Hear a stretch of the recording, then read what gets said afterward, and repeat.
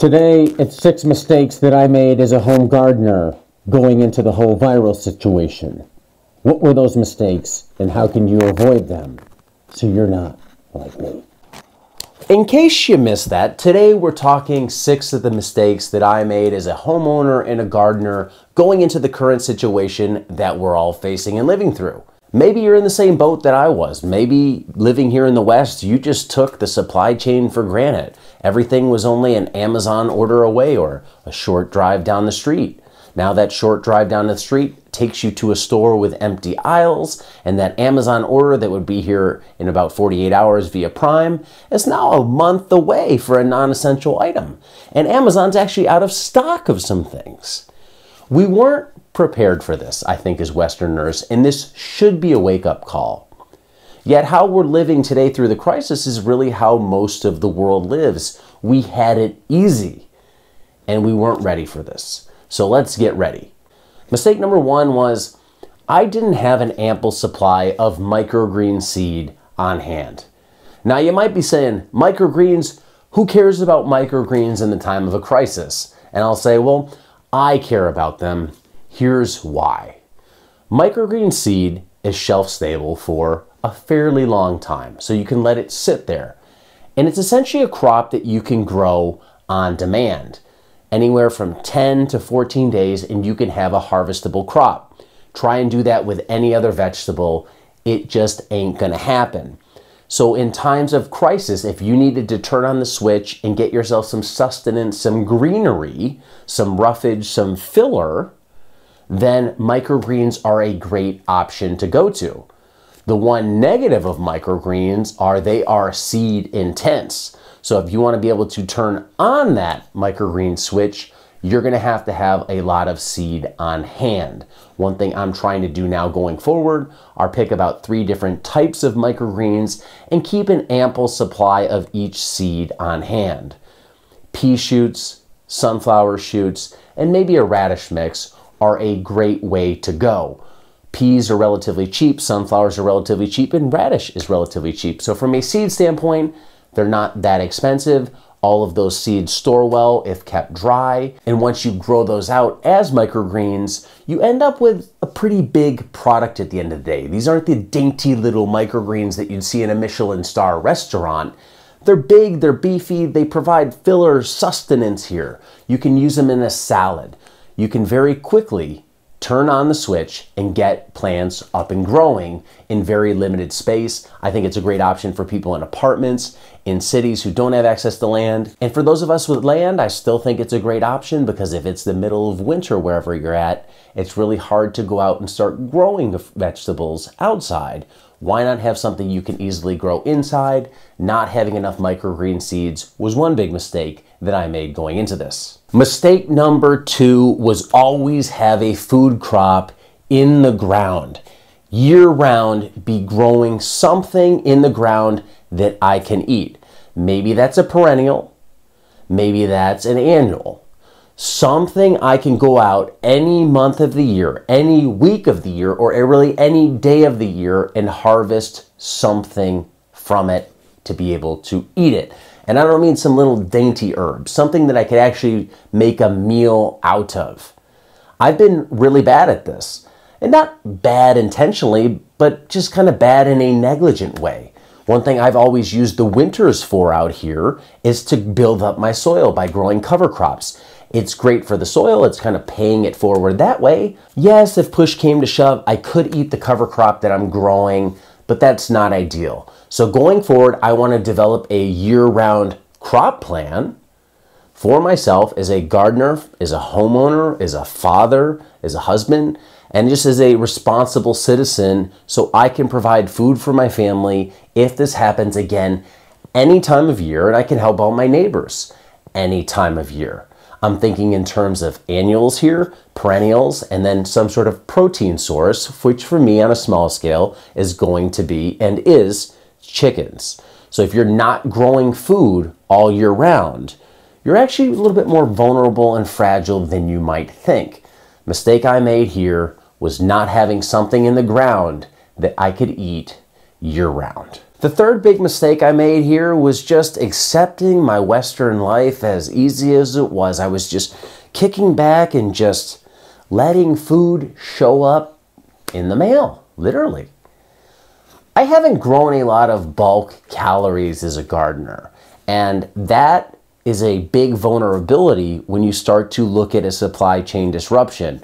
Sure, lettuce is great, sure, carrots are great, sure, tomatoes are great, but you're going to have to eat a heck of a lot of them to keep yourself alive in the long term. At the end of the day, civilizations are built upon bulk calories. Corn, beans, cassava, taro, potatoes, sweet potatoes, and others. Starches, heavy foods that provide a lot of calorie impact that you can consume on a day-to-day basis. I don't grow a lot of those at all, and it's something I'm looking to change. I'm going to try and grow and store a lot of my bulk calories going forward. That's probably going to come in the form of potatoes and maybe sweet potatoes here in California. Corn is another option. Some of the things that I'm looking at. When you look at your garden, are you growing garnish and salad that are great to provide nutrients, vitamins, and enzymes to your diet, but aren't really going to fill you up? Or are you growing those plus the bulk calories that you actually need to stay alive on a day-to-day basis? Mistake number 4 that I made. Seed. I took it for granted. I haven't saved my own seed. In terms of where does seed come from? It comes from the seed company. You just go in the catalog and you order it and it shows up. That's where it comes from. But somebody actually had to raise that seed and clean that seed and store that seed and process that seed in order to get it to me. As gardeners, I think we take a lot of that for granted. Something we all should learn to do is save some of our own seed. Supply chain goes down. If you don't have a lot of seed on hand, or when that seed runs out, what are you going to do? Do you know how to save seed from some of your better crops, some of your most reliable crops that you want to have as part of your diet? If you don't know how to do that, you are fragile when the supply chain goes down. I have been fragile in this case. I don't save seed, and it's something I'm going to try and start doing on a small scale coming up so I can help make my family and myself more resilient as a gardener. Mistake number 5 that I made: chicken feed. I currently have 5 chickens and I have to feed those chickens. What do you do if the supply chain goes down with your chickens? How can you feed them? Do you have enough capacity to make sure that they can stay alive so they can keep producing a vital nutrient for you? Fats and proteins. If you don't have enough chicken feed on hand, or if you run out, what are you going to have your chickens do? You might be able to have them free range, and that's great. They may or may not be able to get all of their nutrient requirements from that, depending on what season you're in, where you're at, and how big of a land base you have. So think about your chickens. How much feed are you keeping on hand? I don't keep enough on hand. I'm going to try and start keeping 2 extra bags of feed on hand. That should buy me probably 2 months at the rate at which my chickens currently eat. And while that's not a perfect solution, it's enough to ride out any major disruptions in the supply chain. If you have animals, think about how you're going to feed them if you can't get access to feed. And if free ranging or something like that is an option, given your climate, your biome, and the land that you have to work with. The 6th mistake that I really made is not thinking enough about protein sources. Now, I know all the vegans are going to be like, well, you can get enough protein from plants.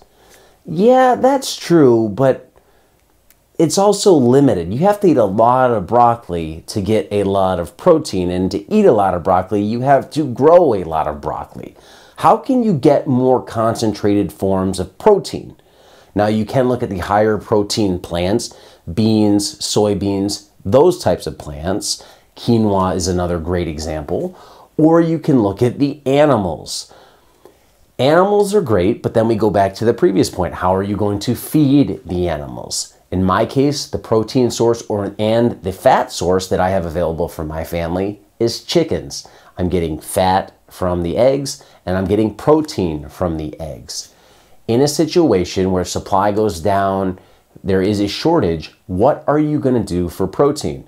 If it's plants, you really need to think about how can you not just grow the plant as your protein source, but how can you process it and store it? Let's say you want to use quinoa as your protein source. It's not good enough just to know how to grow quinoa. You also have to know how to process quinoa to get it into a state where you can actually consume it. If you're growing beans, you need to know how to save and store those beans. That's all kind of easy. If you're going as far as grains, which some people might want to grow and save, do you know how to thresh those grains and get the actual seeds out at the end of the day? So you have to think beyond just the growing to be more prepared.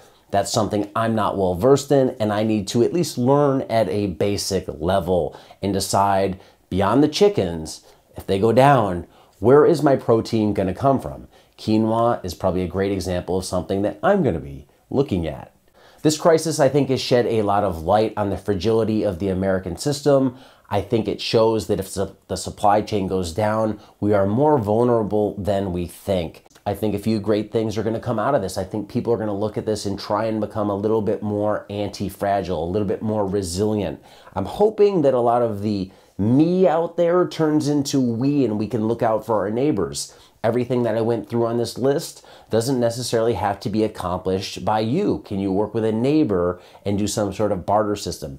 They can take care of one thing, you take care of something else. If the whole neighborhood goes down, that's not a good thing. You don't want to be the only person thriving on a block. Socially, in times of need, probably not the best position to be in. Ideally, you want your area to be as resilient as possible. These were 6 mistakes that I made going into the virus situation, and I now realize I need to try a little better as a homeowner and a responsible citizen.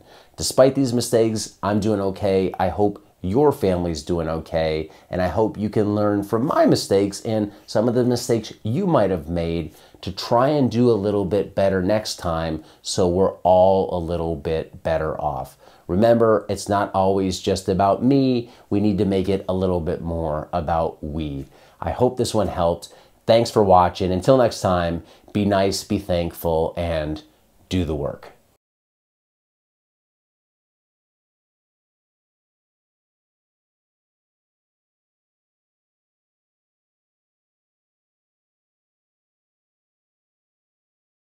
I have no toilet paper to spare, not a single square.